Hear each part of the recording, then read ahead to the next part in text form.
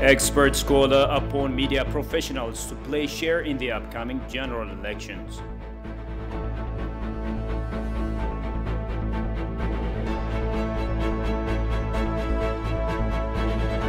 And former Uganda LRA Commander Dominic Ongwen convicted.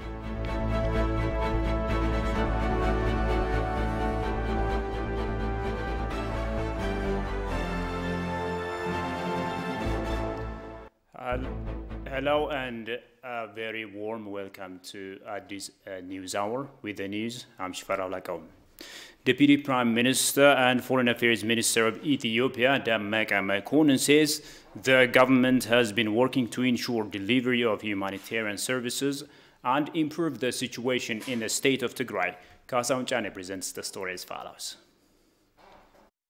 Meka said to the African Union foreign ministers at the 38th African Union Executive Council meeting while delivering briefings on the relevant current issues in a country, particularly in Tigray region. He also explained the reconstruction and rehabilitation, capacity enhancement and peace-building efforts of the interim government of Tigray. According to the Deputy Prime Minister, food and non-food items were delivered for more than 1.8 million beneficiaries, aimed at addressing more than 2.5 million beneficiaries across the region, as lucky banking service, market failure and pending salary payments are forced to cover a greater number of beneficiaries. He said for efficient and effective delivery of humanitarian assistance, the Emergency Coordination Center has been established at Mekelle, comprising of relevant line ministries, regional bureaus, United Nations agencies, bilateral and international NGOs. According to the Mekelle, the federal government is working on mobilizing resources for the recovery and rehabilitation of damaged and destroyed economic and social infrastructures. The Deputy Prime Minister and Foreign Minister also said refuge in the region are one of the priority areas of the government to maintain their safety and security and ensure the continuous supply of food and non-food items. Besides, in order that in the refuge camps where access and issues are related to safety and security, and the government has taken immediate action by relocating and maintaining basic humanitarian services.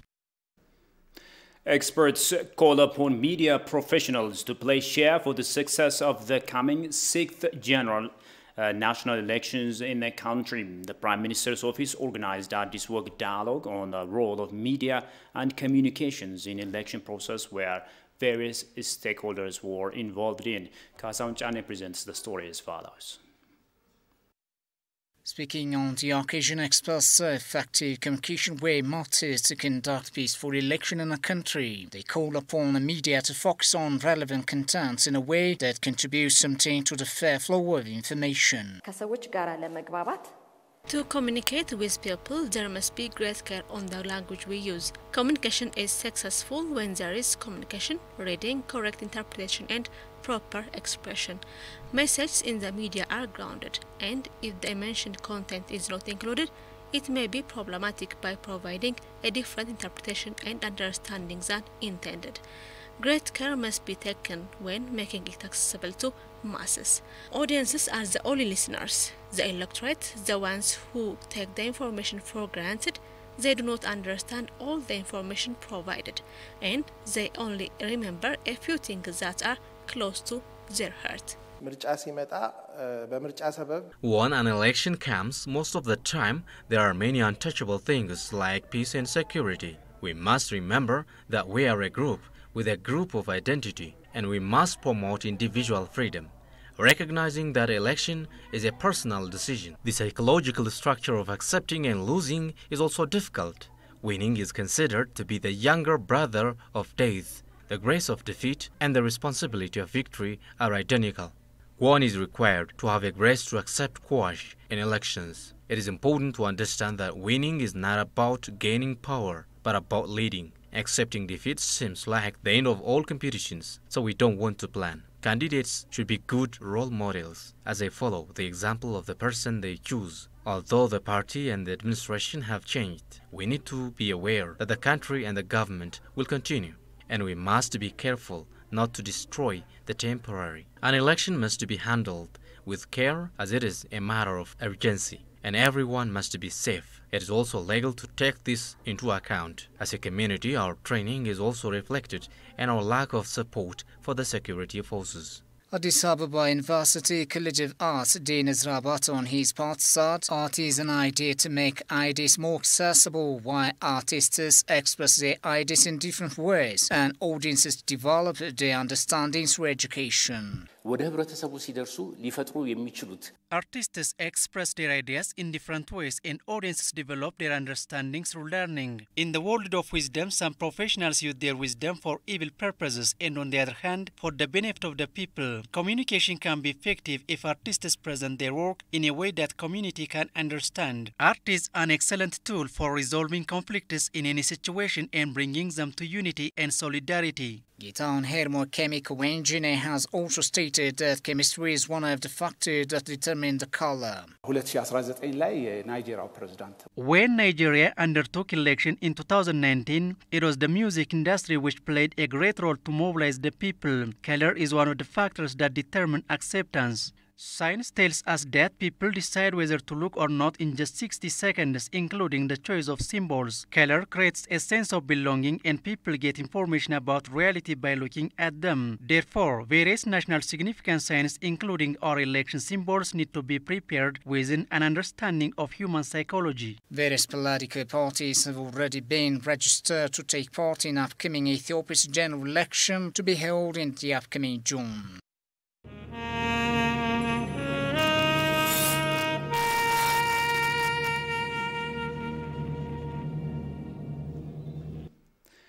Ethiopian ambassador to Sudan, Yibeltal Amro, says Sudan made a historic blunder when it invaded Ethiopia's territory. Sudan's action is wrongful both morally and legally in the light of its long-standing and historical relationship with Ethiopia, he has underlined. Demis Makrel presents the story as follows. Plenipotentiary ambassador of Ethiopia to Sudan, Yibeltal Amro, said Sudan made a historic blunder when it encroached the territory of Ethiopia. He underlined Sudan's action is wrong both in moral and legal ground in the sight of its long-standing and historical relationship with Ethiopia. Ambassador Yibeltal said that Sudan's wrongful act is also against the exchange of notes agreed between the two countries in 1972. There should be, and we must look for amicable solutions which can be accepted by governments of both countries before surrounding the border again. Now, what the Sudanese government did is that displacing the Ethiopians from the area where they were allowed to live by infracting exchange of notes which the two countries have agreed before. This is the first thing that they displaced our citizens, defying the 1972 agreement, which is a remarkable stumble historically. Second, border issues should always be solved only peacefully through discussion. But their forceful encroachment and attack transgresses the agreement between both countries and the international system.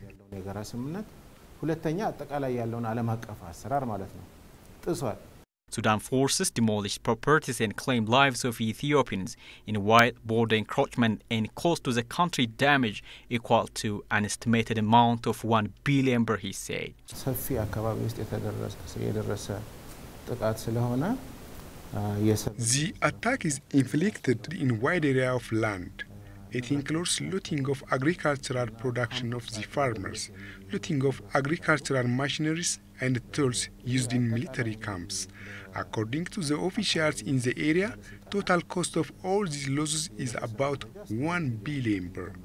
Indeed, this requires detailed research. Based on the results of the research, we are going to ask for the compensation from the Sudanese government on coming negotiations in the near future.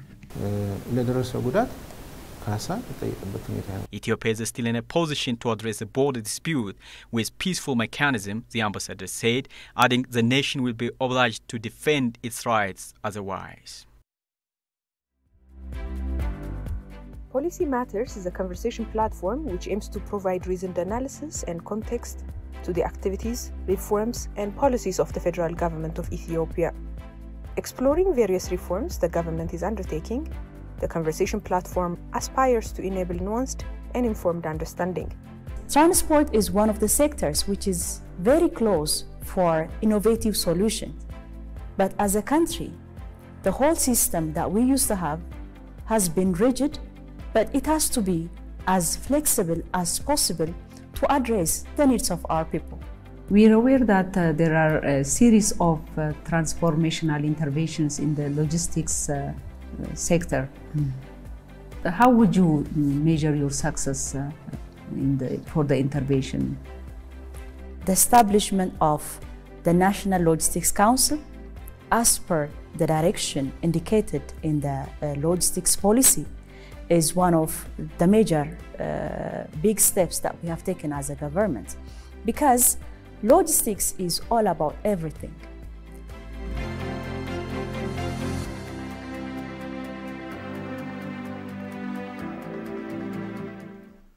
Welcome back. You're still watching this news hour.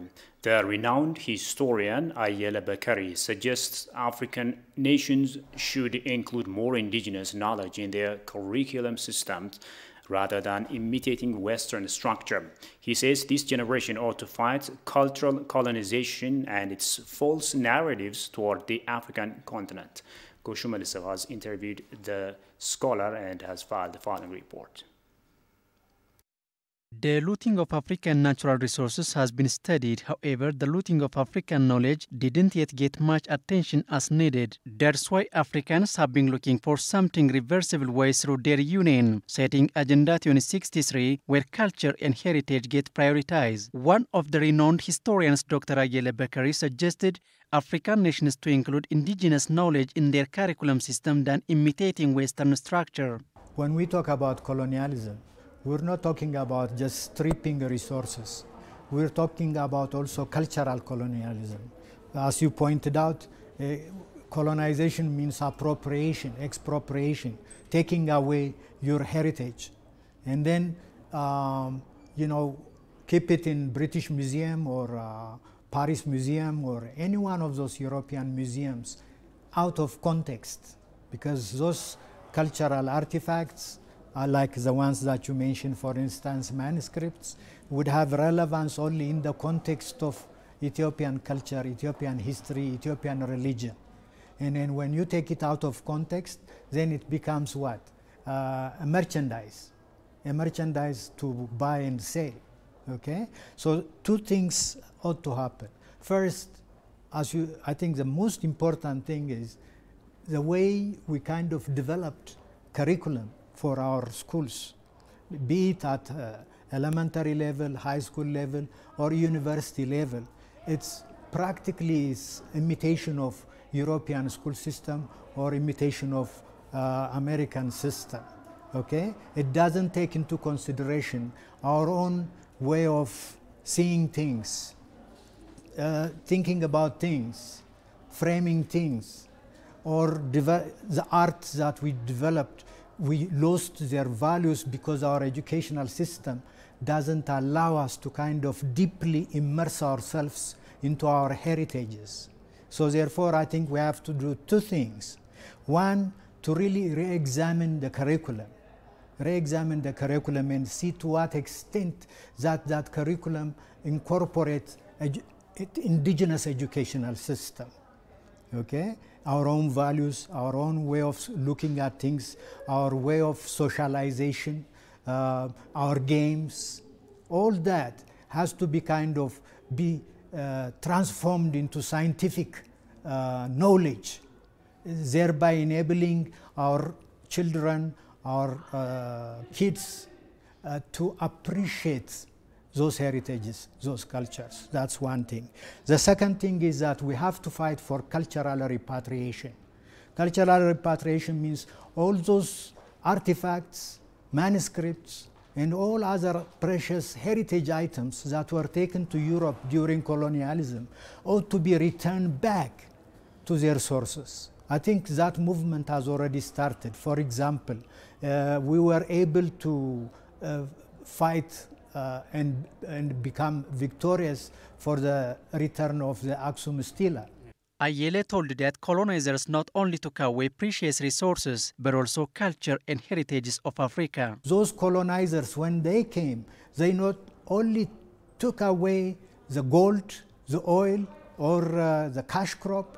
They also took away all the cultural heritage items, thereby denying Africans as if like they don't have any value, any knowledge outside of what the Europeans are introducing to them. So therefore, in that context, I think to focus on culture is very important, because if the youth has a sense of appreciating not only the past, but the heritage, then I think we will have at least a sense of responsibility, a sense of kind of being proud of our own culture, our own heritage, thereby at least diminishing the danger of us just for minor things, engaging in prolonged war, prolonged conflict, prolonged fight. That comes out of the fact that we don't have a great deal of appreciation of ourselves, and then the heritages that we've developed, that we've invented, that we've made it to be a source of our coming together. Reintroduce history at different levels of education system is the right move, he noted.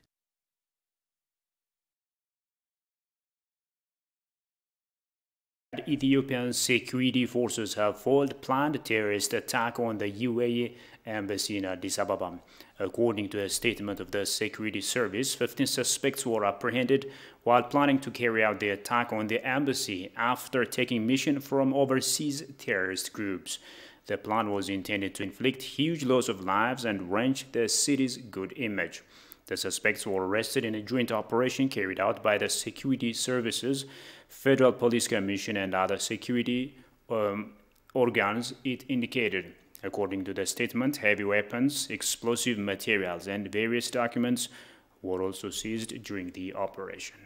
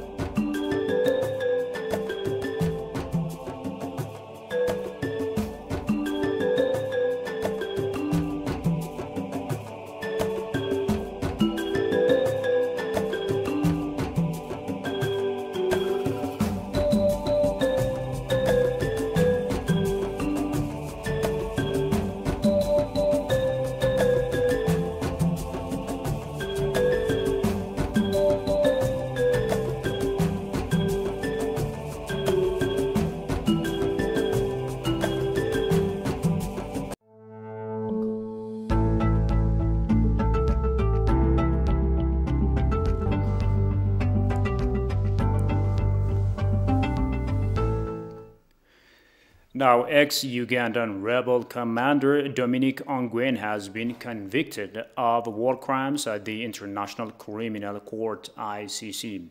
The ICC delivered its verdict in the trial of Dominic Ongwen, a former child soldier turned rebel commander accused on 70 counts of crimes against humanity and war crimes: murder, rape, torture, sexual slavery, and use of child soldiers between 2002 and 2004, Ongwen faces a string of horrific charges. According to Africa News, the former rebel commander, who went on trial in December 2016, pleaded not guilty to the charges at the start of the proceedings and continues to deny all accusations. He was said to have committed the crimes while he was a commander of the Lord's Resistance Army (LRA) in northern Uganda.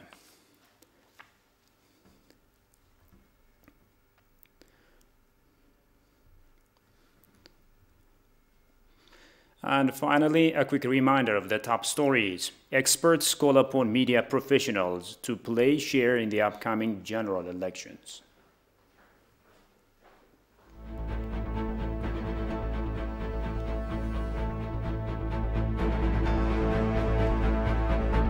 And former Uganda LRA commander Dominic Ongwen convicted. And with that, we come to the end of this news edition. Many thanks for watching us. Bye-bye.